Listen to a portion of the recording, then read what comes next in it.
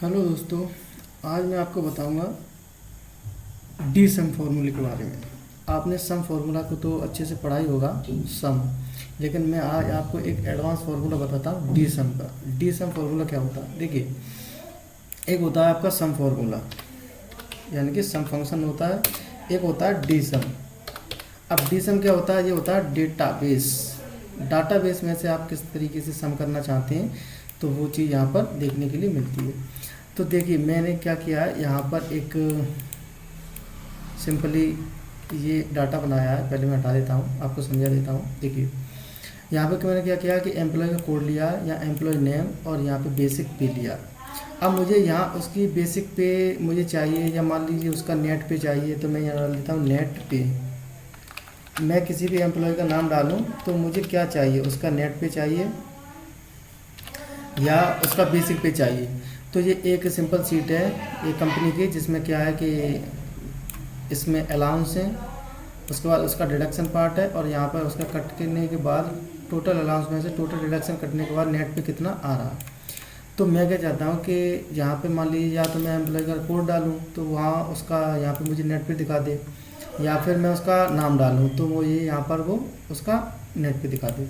तो इसमें एक फार्मूला हम यूज़ कर सकते हैं डी सम का। तो मैं यहाँ लगा देता हूँ पहले आपको बात समझाने के लिए। डी सम हम इस फार्मूले का यूज़ करेंगे।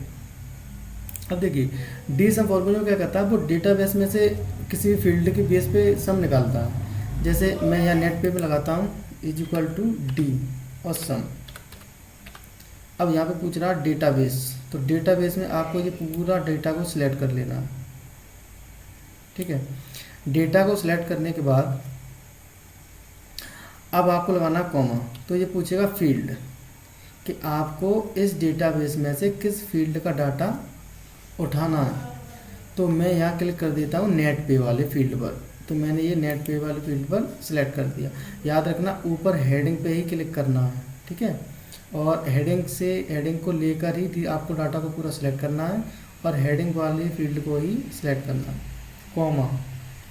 अब पूछ रहा है क्राइटेरिया, अब किसकी बेस पे ये नेट पे निकालना है आपको। तो मैं यहाँ तो एम्प्लॉय की बेस पे दे सकता हूँ, या एम्प्लॉय के नेम की बेस पे दे सकता हूँ, या उसके डाटा कोड की बेस पे दे सकता हूँ। तो मैं फ़िलहाल देता हूँ यहाँ पर एम्प्लॉय नेम। तो मैं इस एम्प्लॉय कोड को एम्प्लॉय हेडिंग को, और इसके नीचे जो मैं यहाँ नाम टाइप करूँगा किसी भी एम्प्लॉय का, तो उस भी वाले सेल को भी, इन दोनों सेल को क्या करना है, सिलेक्ट करना है।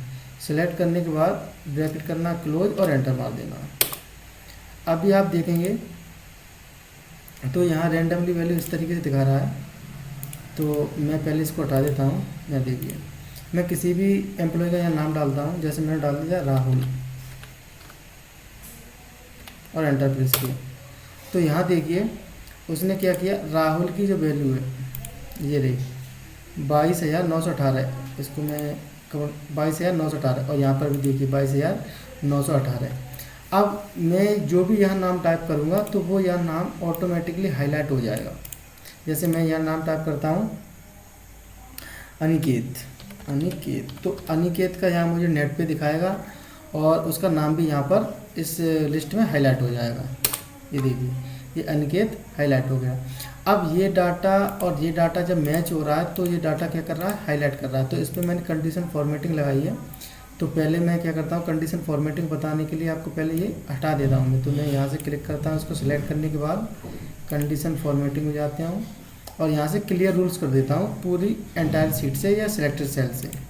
तो यहाँ देखिए, यहाँ से अब मैं कोई भी नाम टाइप करूँगा तो अब वो हाईलाइट नहीं होगा। तो मैंने डाल दिया जैसे उत्तम और सिलेक्ट किया। तो यहाँ देखिए उत्तम का जो वैल्यू है यहाँ पे आपको देखने के लिए मिलेगा, ये रहा। तो इसकी जो वैल्यू है वो आपकी यहाँ कितनी है, 20,959।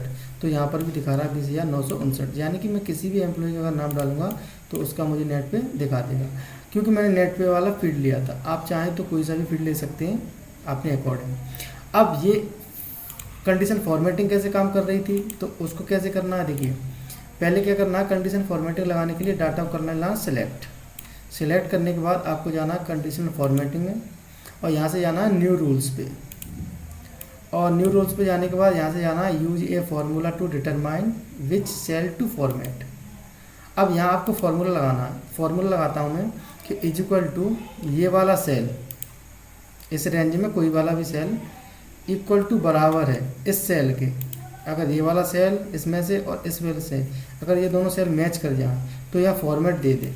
क्या फॉर्मेट दे दे, तो यहाँ बता देता हूँ कि जो बैकग्राउंड का कलर है वो कर दे रेड, और फॉन्ट का कलर है वो कर दे येलो, और टेक्स्ट को कर दे बोल्ड, ओके कर दो, और यहाँ ओके कर दो। अब आप सॉरी एक चीज़ रह गई इसमें, यहाँ आप देखेंगे एडिट रूल्स में, ये आपको जो बीच वाला डॉलर है, इस डॉलर को आपको यहाँ से रिमूव कर देना है इस तरीके से, ठीक है। अब आपको कर देना ओके और ओके। अब देखिए यहाँ जो भी मैं नाम टाइप करूँगा, जैसे मैंने टाइप किया शिवम और एंटर प्रेस किया, शिवम और एंटर, तो देखिए यहाँ शिवम और यहाँ शिवम दोनों जगह मैच कर गया। तो इसने इस वाले फील्ड में क्या कर दिया, उस नाम को हाईलाइट कर दिया, और उसका जो नेट पे वैल्यू है वो कहाँ है, ये रही 25,761, और वो भी यहाँ पर आ रही है 25,761, ठीक है।